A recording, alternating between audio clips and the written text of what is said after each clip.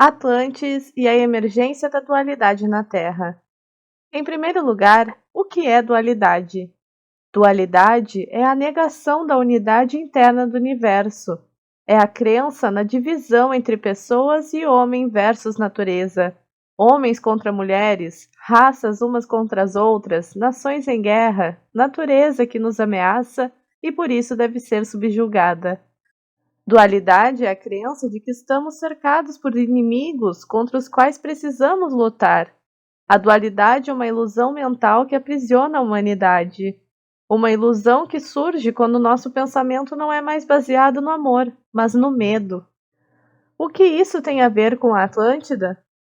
A Atlântida foi uma civilização que surgiu há muito tempo, quando um certo grupo de almas cósmicas que se originaram em outras partes do universo decidiram encarnar na Terra. Naquela época, já havia pessoas na Terra. Eles tinham uma sintonização interna um tanto diferente e uma consciência diferente. Eles eram muito pé no chão e sentiam-se parte da natureza da Terra. Por exemplo, eles viam os animais como coabitantes iguais. Por causa de seu vínculo com a Terra, a energia da mãe desempenha um papel importante em sua psique. Os Atlantes eram mais orientados cosmicamente, tinham uma consciência de suas origens.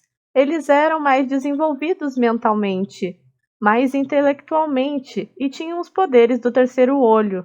Eles também pareciam um pouco diferentes, eram mais altos e de cor mais clara e se consideravam superiores.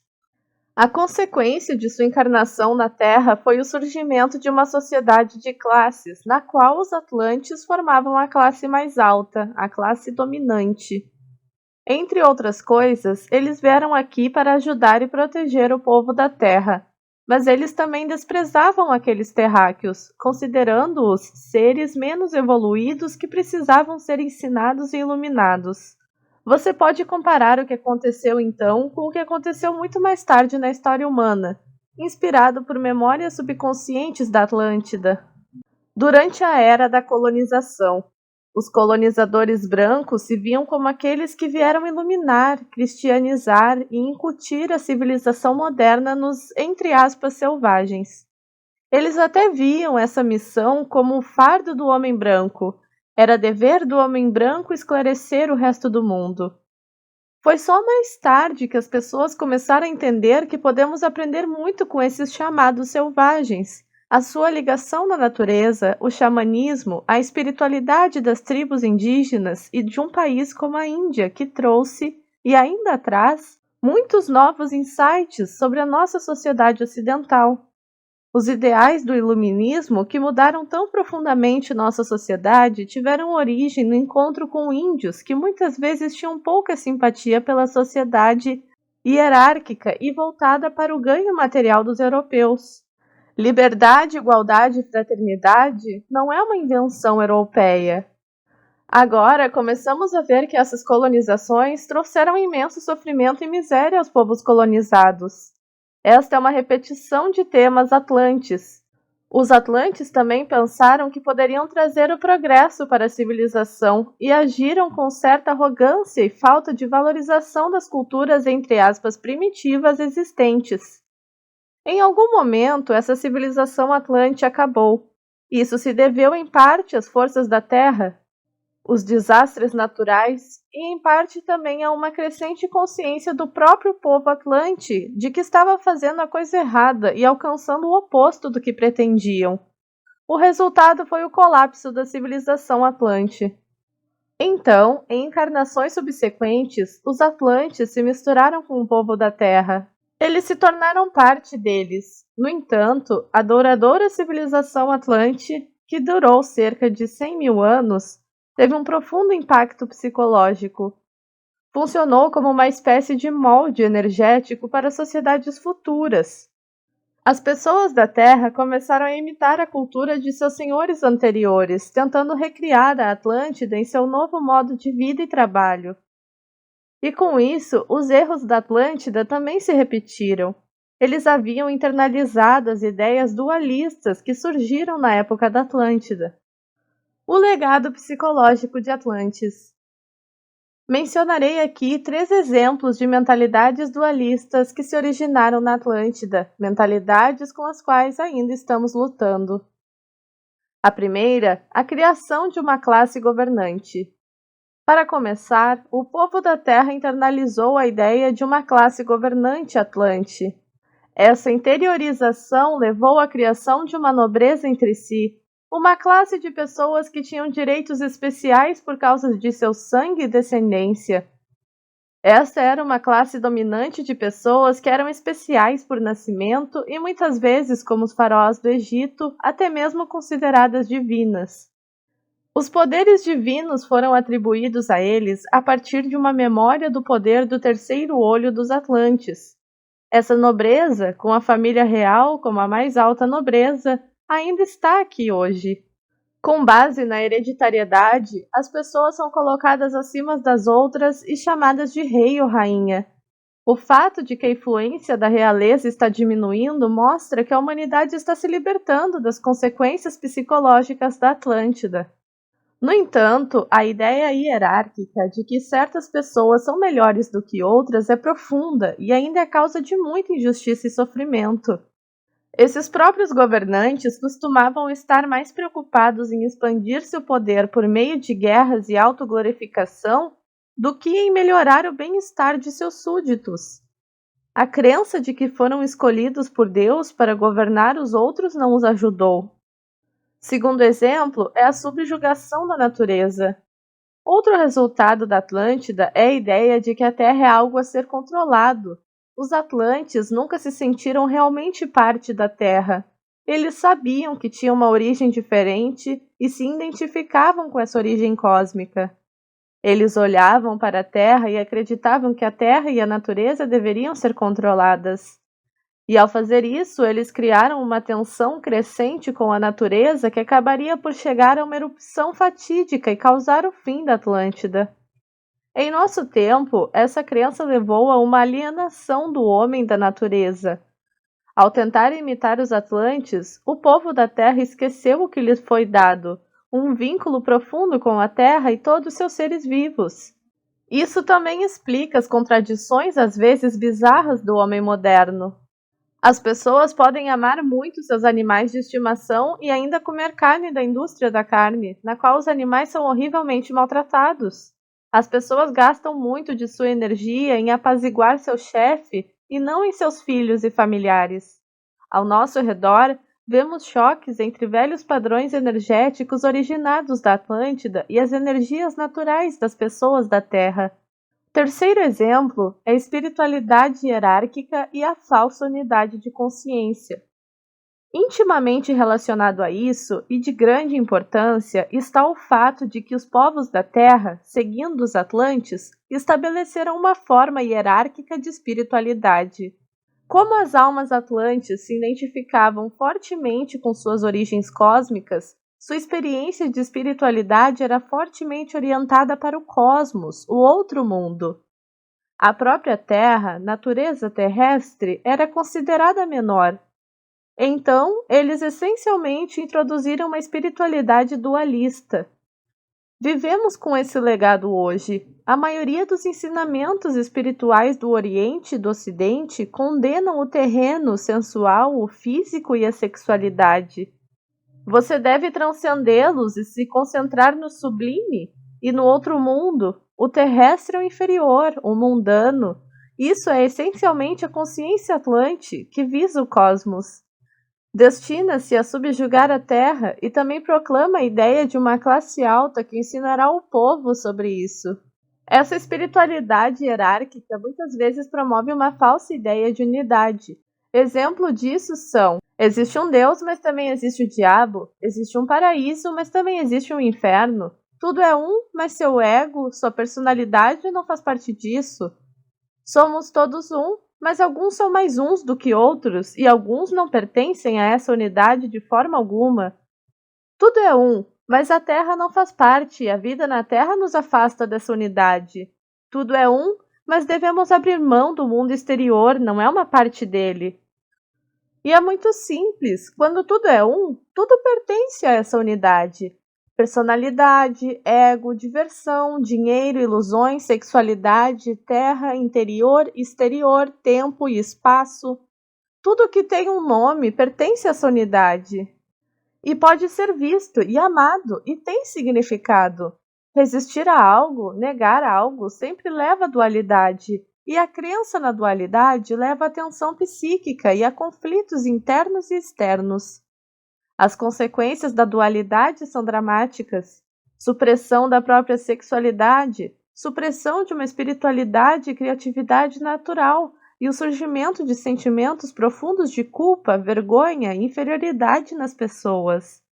O sofrimento e os danos psicológicos que essas ideias causaram são quase incompreensíveis. Não apenas as principais religiões do mundo são culpadas por isso, mas em todos os lugares vemos gurus iluminados que pregam a consciência da unidade e, enquanto isso, abusam sexualmente de seus alunos. Foram principalmente os próprios Atlantes que, reencarnados após a queda da Atlântida e agora conscientes de seus erros, se chocaram com essas ideias hierárquicas. Eles se rebelaram contra sua própria herança e geralmente foram condenados por isso pelas sociedades em que viviam. Passaram de governantes a perseguidos, de perpetradores a vítimas. O confronto com o passado. O caminho percorrido depois da Atlântida não foi fácil para as almas atlantes. Viver entre as pessoas da Terra e sobre o fardo energético da Atlântida foram experiências dolorosas para essas almas. Tornou-se um caminho de autodescoberta, mas também um caminho para o verdadeiro ensino. Foi um confronto com o passado. Como mencionado acima, as estruturas e ideias que os Atlantes criaram viveram nas pessoas da Terra após a queda da Atlântida. Eles haviam internalizado esses conceitos, as ideias de hierarquia e classe e a subjugação da natureza, a ideia de uma espiritualidade ascendente e a negligência dos chakras inferiores. Eles acabaram sendo estruturas que os ex-atlantes, tanto por causa de sua arrogância natural, quanto por causa de sua crescente consciência do coração, não podiam suportar de forma alguma. Ironicamente, foram eles que mais se chocaram com as ideias hierárquicas e as estruturas sociais que outrora haviam criado. Eles se tornaram os rebeldes, os forasteiros, os revolucionários, e também as bruxas queimadas na fogueira.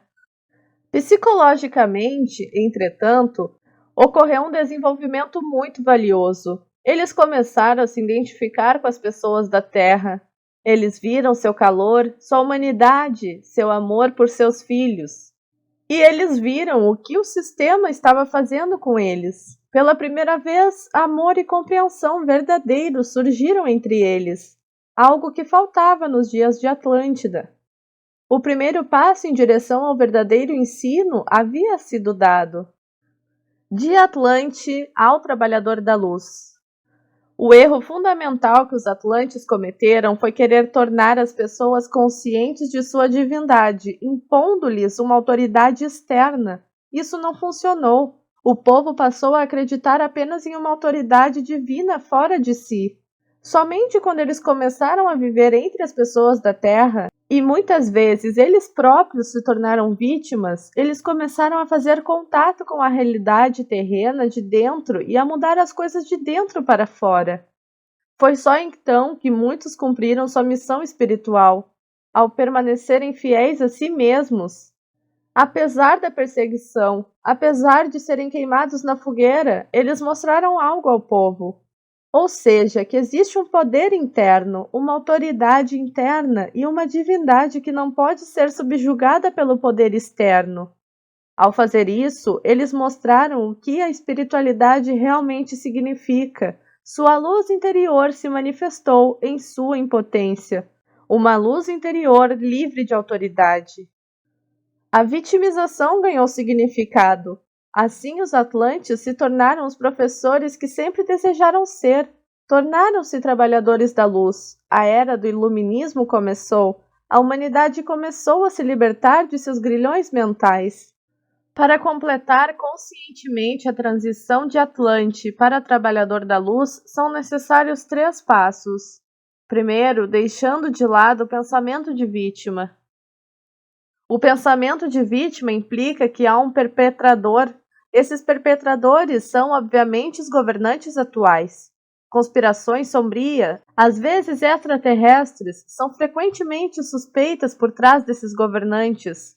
Em certo sentido, o que é correto, apenas o enredo é a energia do passado, da Atlântida. Os próprios Atlantes são a conspiração contra a qual estão lutando.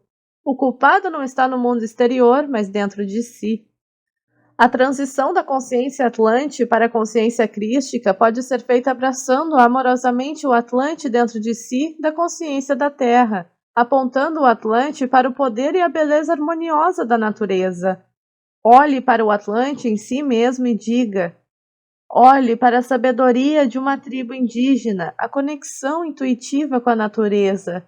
Sinta que a luz está em tudo, até em cada pedra. Sinta o que significa unidade, que realmente tudo pertence a essa unidade, incluindo os chakras inferiores, assim como a sexualidade e a emotividade. Sinta a natureza, sinta o amor da terra. Segundo passo, abandonar o pensamento de superioridade.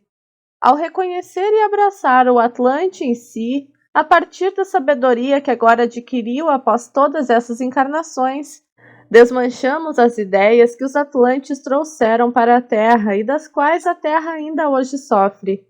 A mentalidade de superioridade, pensando que sabe como fazer pelos outros. Todo ser humano tem uma alma e, em um nível profundo, todo ser humano segue seu caminho. Você nunca pode saber por outra pessoa como esse caminho corre e quais experiências, às vezes difíceis, alguém busca e quais são suas razões. Se alguém precisar de conselho sobre o caminho, eles o pedirão. Muitas pessoas que se autodenominam mestres espirituais estão essencialmente afastando os outros do caminho de sua alma. Um bom professor instila confiança em seus alunos e sua própria autoridade interior e se torna supérfluo o mais rápido possível. Enquanto você não for o todo, enquanto você não for o um, você nunca poderá entender completamente as escolhas e o caminho do outro. E em terceiro, transcendendo a dualidade interior. Temos sido ambos, perpetrador e vítima. Podemos chegar a uma síntese amorosa de ambos quando entendemos que a dualidade não é algo do mundo exterior, mas do nosso próprio mundo interior. Tanto o perpetrador quanto a vítima estão dentro de nós. No final, a vítima não é vítima de um perpetrador externo, mas de um perpetrador dentro de nós. Depois de uma longa jornada de muitos séculos, a energia perpetradora encontrou seu caminho de volta para nós. Nós transcendemos essa dualidade interior olhando com amor para o perpetrador dentro de nós. Ele começou com a melhor das intenções, espalhar sua luz e conhecimento. Ao mesmo tempo, o que é o começo do erro? A crença de que os outros não conseguem encontrar o caminho sozinhos, que eles estão perdidos sem você, porque você sabe melhor e vê o caminho certo. É assim que o ajudante se torna o perpetrador e, eventualmente, a energia do perpetrador volta para você. Quase todas as estruturas com as quais os trabalhadores da luz colidem nesse mundo, autoridades rígidas, eclesiásticas e seculares, organizações que exploram a terra e etc., foram criadas por eles mesmos em algum momento de um passado agora esquecido. A maneira de desmantelar essa organização não é entrar em uma guerra contra eles, mas remover o seu terreno fértil, perdoando com amor e integrando o perpetrador em você mesmo. Isso é o que chamamos de consciência crística. Consciência crística. A consciência crística é a consciência da unidade, é o reconhecimento de que a mesma origem divina está presente em todos os seres vivos. A consciência crística envolve um amor incondicional por tudo, e tudo significa realmente tudo. Portanto, não, você só pode alcançar o superior se afastar algo, se suprimir o terreno e dizer não à parte terrena. Ame seus inimigos, ame tudo que você acha que não pertence, porque pertence. Num sentido mais profundo, a consciência crística nasce do casamento entre os Atlantes e as pessoas da Terra. Os Atlantes tinham a sintonização cósmica, as almas da Terra tinham a sintonização com a Terra e a natureza. O amor e a integração de ambas as sintonizações surgem de um encontro igual de ambos, a igual apreciação do terreno e do cósmico. Vendo a incrível riqueza do mundo exterior com sua bela natureza e reconhecimento da divindade interior, apreciação do grande e do pequeno. É a combinação da crença do divino no homem, o Atlante, e a crença na igualdade de todas as pessoas, o terreno. A espiritualidade que daí advém é o reconhecimento do divino em tudo, uma verdadeira consciência da unidade. O nascimento da consciência crística também foi, em última análise, a missão esotérica mais profunda dos Atlantes. Eles vieram para a Terra com a intenção de ajudar a Terra, protegendo-a de forças hostis e iluminando as pessoas aqui. Mas, no fundo, eles também sabiam que eles mesmos tinham algo a aprender na Terra. Calor emocional, conexão com a Terra e a natureza, viver no agora. E que esse era o caminho para a consciência crística. O segredo da consciência crística. Fazemos uma distinção entre os mundos interior e exterior, mas para a consciência crística não existe tal distinção. O mundo exterior é um reflexo do nosso mundo interior.